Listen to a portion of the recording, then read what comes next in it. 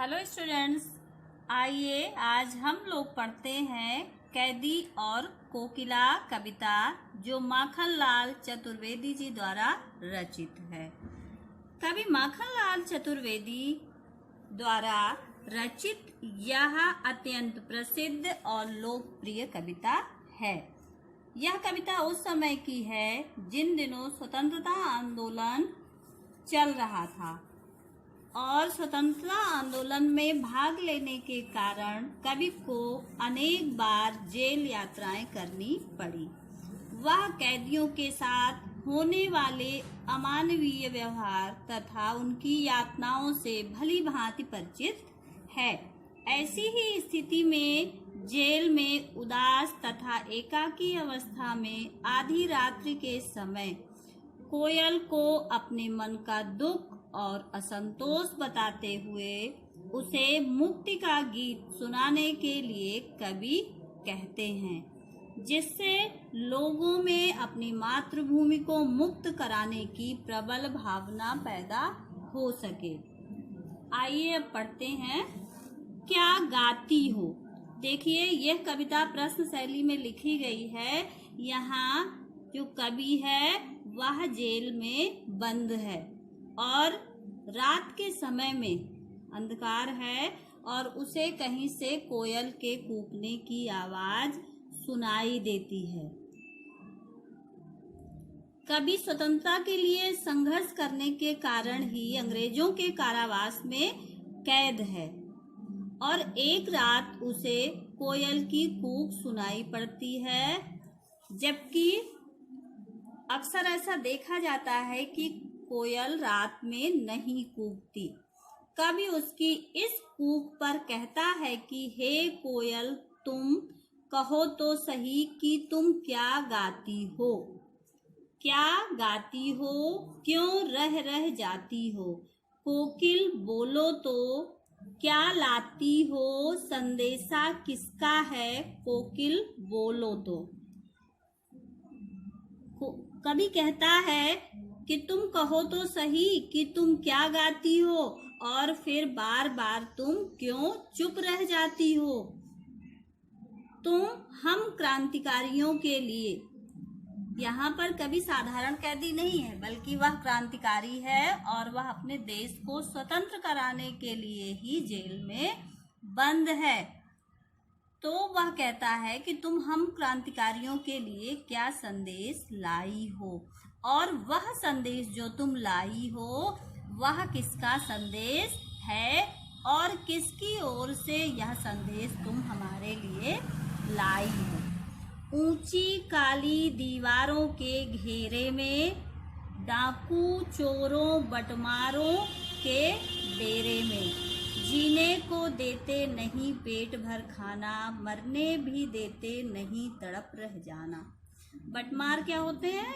रास्ते में यात्रियों को लूटने वाले। डेरे में निवास में रहने की जगह जो होती है। अब यहाँ पर कवि जेल में बंद जो दूसरे बंदी हैं उनके बारे में कोयल को बताते हुए कहता है कि हे कोयल, हम क्रांतिकारी इस जेल की ऊंची काली दीवारों के घेरे में कैद हैं। जेल की दीवार काफी ऊंची होती है। असल में यह स्थान तो उनका निवास है जो डाकू चोर बटमार जैसे अपराधी हैं।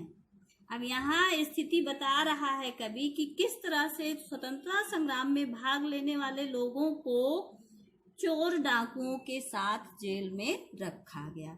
जेल प्रशासन हमें पेट भर भोजन नहीं देता, जीने को देते नहीं पेट भर खाना, मरने भी देते नहीं तड़प रह जाना। कवि कह रहा है कि वो हमें पेट भर भोजन भी नहीं देते, जिससे ये हमें ना जीने देते हैं और ना मरने देते हैं। हम तो बस तड़पते रह जाते हैं, तड़प कर ही हम रह जाते हैं। किस प्रकार से जेल में अराजकता फैली हुई है यह दिखाने का प्रयास यहाँ पर कवि कर रहा है। जीवन पर अब दिन रात कड़ा पहरा है, शासन है या तम का प्रभाव गहरा है। कवि कह रहा है कि हमारे जीवन पर रात दिन सख्त पहरा रहता है। अंग्रेजों की सरकार का प्रभाव गहरे अंधेरे की तरह है। कवि कह रहा है कि यह किस प्रकार का शासन है जिस पर अंधकार का, तम मीन्स होता है अंधकार, अंधकार का पूरी तरह से प्रभाव है, मतलब उसमें अंधेर ही अंधेर है, कुछ भी अच्छा नहीं हो रहा है।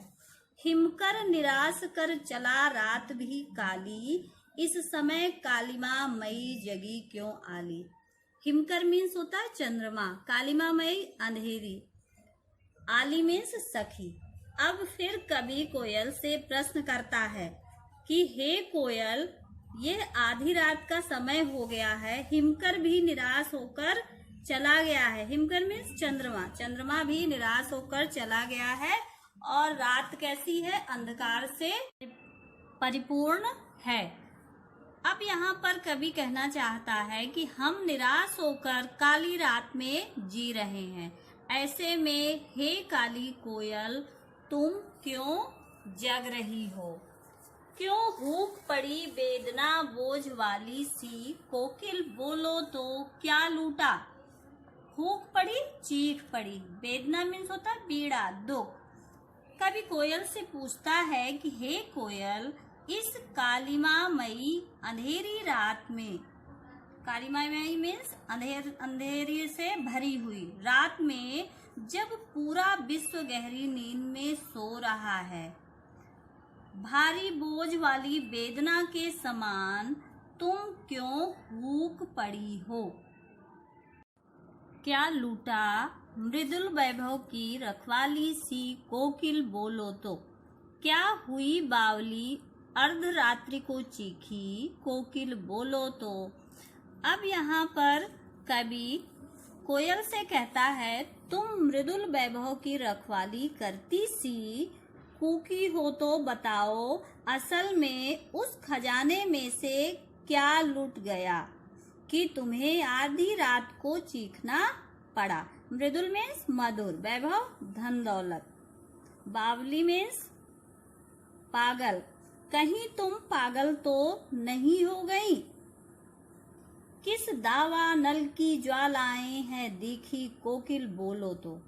अब कवि कह रहा है कि कहीं ऐसा तो नहीं कि तुमने जंगल में लगी आग की लपटें तो नहीं देख ली, जो तुम इस तरह से चीख रही हो जबकि तुम मृदुल वैभव की रखवाली करने वाली हो। अर्थात तुम्हारी आवाज कैसी है, मीठी है, मधुर है। क्या देख न सकती जंजीरों का गहना। अब यहाँ पर चतुर्वेदी जी कह रहे हैं कि क्या तुम जंजीरों का गहना नहीं देख सकती। यहाँ जंजीरों का गहना से आशय यह है जो कैदियों के शरीर पर बेड़ियां और हथकड़ियां लगी हुई हैं, उसे कवि क्या कह रहा है, गहना, गहना आभूषण। क्या देख न सकती जंजीरों का गहना, हथकड़ियां क्यों, यह ब्रिटिश राज का गहना। कवि तथा अन्य क्रांतिकारियों को स्वतंत्रता संघर्ष में भाग लेने के कारण बंदी बनाया गया है। वे जेल के अत्याचारों का साहस और स्वाभिमान पूर्वक सामना करते हैं। यह बताते हुए कवि कोयल से कह रहा है कि हे कोयल, क्या तू असमय इसलिए क्रंदन मचा रही है क्योंकि हमारे शरीर पर पड़ी ये बेड़ियां तुझसे देखी नहीं जा रही हैं। जिन हथकड़ियों को तू बंधन की बेड़ियां समझकर अपनी अप्रसन्नता प्रकट कर रही है, नाराज हो रही है, वे बेड़ियां मेरे लिए आभूषण के समान हैं। इन हथकड़ियों को हम अंग्रेजी राज का गहना मानते हैं। कोल्हू का चर्रक चू जीवन की तान, गिट्टी पर उंगलियों ने लिखे गान, हूँ मोट खींचता लगा पेट पर जुआ, खाली करता हूँ ब्रिटिश अकड़ का कुआं। इन हथकड़ियों को कवि अंग्रेजी राज का गहना बताता है। अब कवि कह रहा है कि हमें जेल में कोल्हू खींचना पड़ता है। उसकी चरक चूं आवाज को हम जीवन का संगीत मानते हैं। पत्थर तोड़कर हम जो गिट्टियां बनाते हैं उन पर हमारी उंगलियां मानो गीत लिखती हैं। मैं पेट पर जुआ बांधकर मोट या चरस, पानी खींचने का बड़ा थैला, चरस उसे कहते हैं जिसमें पानी भरा होता है, और उसे पहले के समय में बैल से खिंचवाया जाता था चरस, लेकिन वहां जेल में कैदियों से ये काम लिया जा रहा है। खाली करता हूँ ब्रिटिश अकड़ का कुआं, और अपने पेट पर जुआ बांधकर मैं ब्रिटिश अकड़ का कुआं खाली कर रहा हूँ। यहाँ पर कवि कह रहा है इस तरह जो पानी कुएं से निकाला जाता है वह ब्रिटिश अकड़ है, जिसे हम धीरे धीरे नष्ट कर रहे हैं। हे कोयल, मैं समझ चुका हूँ कि तू असमय अर्थात रात्रि में अपना स्वर सुनाने आई है। दिन में करुणा क्यों जगे रुलाने वाली, इसलिए रात में गजब ढा रही आली। कवि कह रहा है कि तू असमय आधी रात में अपना स्वर सुनाने आई है। तुझे पता है कि दिन के समय में हम क्रांतिकारियों को घोर यातनाएं देते हुए कठिन परिश्रम कराया जाता है। उस समय अंग्रेजों से किसी करुणा की आशा नहीं की जा सकती और तुम्हारे मधुर स्वर का भी कोई महत्व नहीं रह जाता, इसलिए तू हमारे पास आधी रात को आई है। इस शांत समय में अंधकार को बेध रो रही क्यों हो कोकिल, बोलो तो चुपचाप मधुर विद्रोह बीज इस भांत बो रही क्यों हो कोकिल, बोलो तो। कवि कहता है कि हे कोयल, तुम ही बताओ कि इस नीरवता भरी रात्रि में सारी कालिमा को तोड़ते हुए करुण क्रंदन क्यों कर रही हो? तुम्हें क्या पीड़ा है? तुम अपनी करुणामयी मधुर आवाज से इस तरह हमारे हृदय में विद्रोह के बीज क्यों बो रही हो, अर्थात संघर्ष के लिए चुपचाप तैयारी कर रही हो। हे कोयल, तुम बताओ तो सही। काली तू रजनी भी काली, शासन की करनी भी काली, काली लहर कल्पना काली, मेरी काल कोठरी काली। अब कवि कोयल से कहता है कि इस समय सर्वत्र कालिमा छाई हुई है। क्यों? क्योंकि इस समय रात है। तू काली है और रात भी काली। कोयल काले रंग की होती है और रात भी काली है, तथा अंग्रेजों की करतूतें भी काली हैं। शासन को यहाँ किसका शासन है? अंग्रेजी राज चल रहा है। करनी मीन्स करतूत, करनी भी काली, करतूतें भी काली हैं। देश में काली लहर छाई हुई है, अर्थात सर्वत्र अंधकार ही है, क्योंकि चारों तरफ बुरे काम ही हो रहे हैं। अंग्रेज सबके साथ बुरा व्यवहार कर रहे हैं तथा काली कल्पनाएं उठ रही हैं। मेरी काल कोठरी काली, टोपी काली, कमली काली, मेरी लौह श्रृंखला काली। कवि कह रहा है कि हमारी टोपी और हमारी कमली, कमली मीन्स कंबल का रंग भी काला है। मेरी बेड़ियां काले रंग की हैं। लौह श्रृंखला, लोहे की जो कड़ियां, जो लोहे की जंजीरें बनी हुई हैं, वह भी काली हैं। मतलब चारों तरफ सिर्फ कालिमा ही कालिमा है। पहरे की हुंकृति की ब्याली, तिस पर है गाली ए आली। वहीं पहरेदारों की जो हुकार है वह भी काली सांपेन जैसी है। उस पर ये लोग बात बात पर गालियां देते हैं। कौन? जो जेल के पहरेदार हैं, वे कैदियों को बात बात पर गालियां देते हैं। इस काले संकट सागर पर मरने को मदमाती कोकिल बोलो तो, अपने चमकीले गीतों को क्यों कर हो तैराती कोकिल बोलो तो। अब यहाँ पर कवि कहना चाह रहा है कि हे कोयल, जेल में बंद कवि और अन्य क्रांतिकारियों को लगातार अमानवीय यातनाएं दी जा रही हैं और जेल से बाहर देश में लोग अंग्रेजी शासन के कारनामों से ऊब रहे हैं। उनके भीतर परतंत्रता समाप्त करने की उमंग जाग चुकी थी।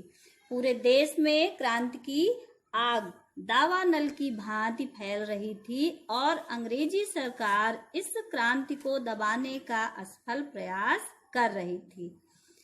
अब कवि कह रहा है कि ऐसे असमय में कोयल का गीत इस प्रकार से सुनाना, वह उससे कहता है कि हे सखी कोयल, तुम इस मुश्किल घड़ी में मरने को उद्यत क्यों हो, मरने को मदमाती इस प्रकार क्यों उद्यत हो, क्यों बेचैन हो।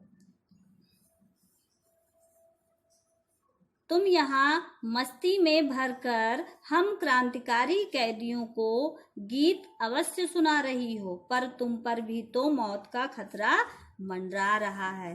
तुम अपने चमकीले, यहाँ चमकीले गीत का मतलब यह है कि आशा और उत्साह का संचार करने वाले गीतों को गाते हुए इस कालिमामयी रात्रि में कारा के आसपास क्यों घूम रही हो। हे कोयल, तुम अपने मुख से कुछ तो स्पष्ट रूप से कहो। तुझे मिली हरियाली डाली, मुझे नसीब कोठरी काली, तेरा नभ भर में संचार, मेरा 10 फुट का संसार। अब कवि यहाँ पर अपनी तुलना कोयल से करता हुआ कहता है कि हे कोयल, तुझे तो रहने के लिए हरी भरी टहनी मिली है, मुझे नसीब होना मीन्स किस्मत में, पर मेरे भाग्य में तो यह जेल की काल कोठरी है। तेरा नभ भर में संचार, नभ मीन्स आकाश, तेरा पूरे आकाश में, संचार मीन्स यहाँ पर कवि कहना चाह रहा है कि हे कोयल, तू असीम आकाश में घूमती फिरती है, जबकि मेरी दुनिया 10 फुट के कमरे के भीतर सिमट गई है।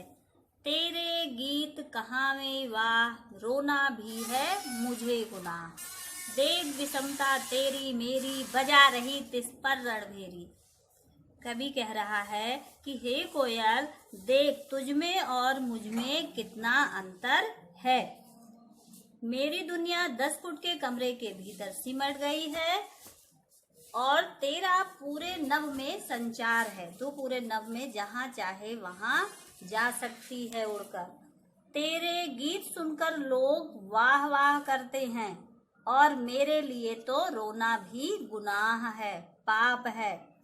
देख विषमता तेरी मेरी, बजा रही तिस पर रणभेरी।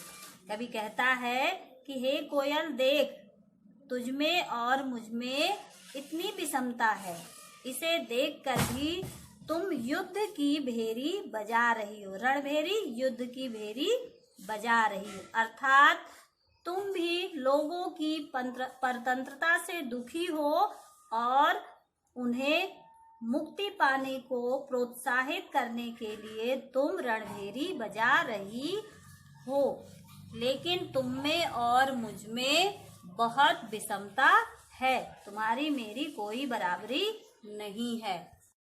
इस हुंकृति पर अपनी कृति से और कहो क्या कर दूं, कोकिल बोलो तो मोहन के व्रत पर प्राणों का आसव किसमें भर दूं, कोकिल बोलो तो। अब यहाँ पर कवि कह रहा है कि हे कोकिल, तुम मुझे बताओ कि जेल की अंधेरी तंग कोठरी में बंद कवि क्या कर सकता है। रात्रि में कूकती कोयल को इस प्रकार संबोधित करते हुए कवि कहना चाह रहा है कि मैं तुम्हारी इस हुंकृति अर्थात युद्ध की ललकार। हुंकृति करना मीन्स हुकार करना। युद्ध की ललकार और संघर्ष की आवाज को सुनता हूँ, इसलिए तुमसे पूछना चाहता हूँ कि बताओ मैं अपनी कृति मीन्स रचना, अपनी रचनाओं से, क्योंकि यहाँ पर जो कवि है वह रचनाओं के माध्यम से ही क्रांति ला सकता है, इसलिए वह कहता है कि मैं अपनी रचनाओं से और क्या कर सकता हूँ। मोहन के व्रत, यहाँ मोहन किसके लिए प्रयुक्त हुआ है? मोहनदास करमचंद गांधी जी के लिए। महात्मा गांधी ने स्वतंत्रता प्राप्त करने का जो दृढ़ संकल्प लिया है, उसे पूरा करने के लिए मैं अपने प्राणों का आसव अर्थात अपनी प्राण शक्ति किसमें भर दूं? हे कोयल, मुझे कुछ तो बताओ। यहाँ इस कविता में भाषा तत्सम शब्द युक्त खड़ी बोली का प्रयोग हुआ है। दावानल की ज्वालाओं में रूपक अलंकार का सुंदर प्रयोग है। कोयल के साथ संवाद के कारण यहाँ पर मानवीकरण अलंकार का प्रयोग हुआ है। प्रश्न शैली में कविता लिखी गई है। रणभेरी बजाना जैसे मुहावरों का प्रयोग करके कवि ने कविता में रोचकता उत्पन्न की है। स्थान स्थान पर यहाँ अनुप्रास अलंकार का सुंदर प्रयोग हुआ है तथा स्वर मैत्री है।